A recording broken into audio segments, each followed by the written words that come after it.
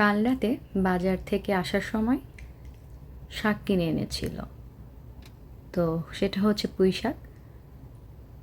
সকালে ভাবছিলাম যে ফ্রেশ শাকটাই আজকে রান্না করি দুপুরবেলায়। তো আমি যথারীতি হচ্ছে শাকটা ভালোভাবে ধুয়ে ডাঁটাগুলো আলাদা আলাদা করে কেটে নিয়েছি, আর শাকগুলো কেটে নিয়েছি। সেই সাথে তরকারিটা আরেকটু বেশি করার জন্য সাথে একটা আলু আমি কেটে নিয়েছি।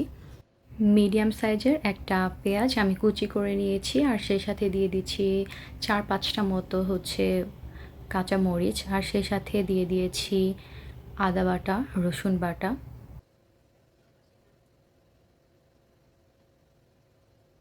এবার আমি এর মধ্যে শুকনো যে মশলাগুলো আছে সেগুলো একে একে দিয়ে দিচ্ছি। জিরার গুঁড়া 1 চামচ, ধনিয়ার গুঁড়া, তারপরে শুকনো মরিচের গুঁড়া অল্প একটুর মধ্যে আমি দিব।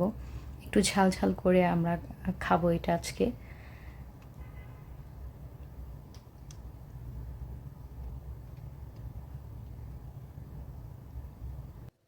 আচ্ছা, আপনাদের বাসায় কে কীভাবে পুঁইশাক খেতে পছন্দ করেন? আর শাকের মধ্যে অন্য কী কী শাক আপনাদের পছন্দ? অবশ্যই জানাবেন। এরপর আমি মশলাটা একটু ভাজা ভাজা মতো করে নিয়ে তার মধ্যে হলুদ, লবণ আর শুকনা মরিচের গুঁড়ো দিয়ে মাখানো যে চিংড়ি মাছটা রেখেছিলাম সেটাই আমি এর মধ্যে দিয়ে একটু ভেজে নিচ্ছি।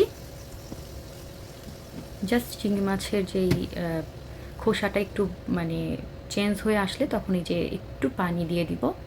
আর এই পুঁইশাকটা আমি একটু ঝোল ঝোল টাইপের করব। আর যেহেতু এই ডাঁটাগুলো সেদ্ধ হতে এখানে একটু সময় বেশি নেয়, এই জন্য আমি ডাঁটাগুলো আগে দিয়ে দিচ্ছি।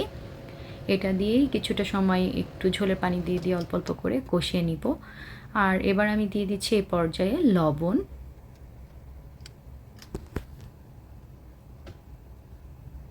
তরকারির সব থেকে মেইন উপকরণ লবণ আর মরিচ। এবার আমি এর মধ্যে একটা ছোট সাইজের যে টমেটো সেটা আমি টুকরো টুকরো করে ওর মধ্যে দিয়ে দিলাম, আর সেই সাথে আগে থেকে কেটে রাখা যে একটা আলু আমি রেখেছিলাম সেটাও এখন এটার মধ্যে দিয়ে কষিয়ে নিচ্ছি।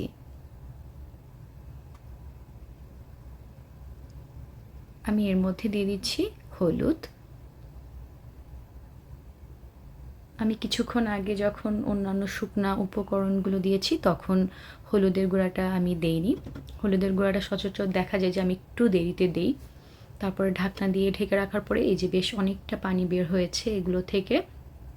এবার এটা দিয়ে আবার আরেকটু কষিয়ে নিব।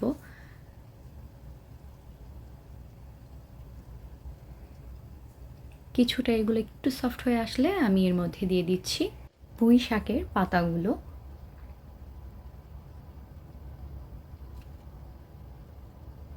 এবার আমি ওই বাটিতেই অল্প একটু পানি দিয়ে এর মধ্যে দিয়ে দিচ্ছি, কারণ আমি আগেই বলেছি যে এই পুঁই শাকের যে তরকারিটা করছি একটু ঝোল ঝোল টাইপের হবে। আর এর মধ্যে আরও একটু লবণ দিয়ে দিচ্ছি, কারণ যেহেতু পুঁই শাক অ্যাড করেছি। আর আরেকটু শুকনা মরিচের গুঁড়া দিচ্ছি।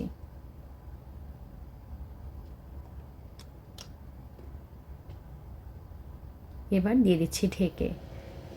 ঢাকার পর যেটা হয়েছে ওই শাকগুলা সফট হয়ে আসার সাথে সাথেই পানি ছেড়ে দিয়েছে। এখন এই পানিগুলা দিয়েই এই রান্নাটা আমি করে নেব।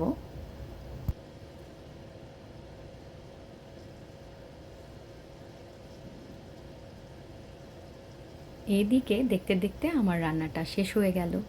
কি যে দারুণ লাগে পুঁই শাক দিয়ে চিংড়ি মাছ, উফ, আহা, সেই স্বাদ।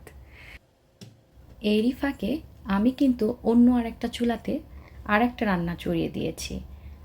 প্রায় 700-800 গ্রাম যে মুরগিগুলো থাকে সেটার সাথে বড় বড় করে আলু কেটে একটা সিম্পল পাতলা ঝোল সেটা রান্না হচ্ছে।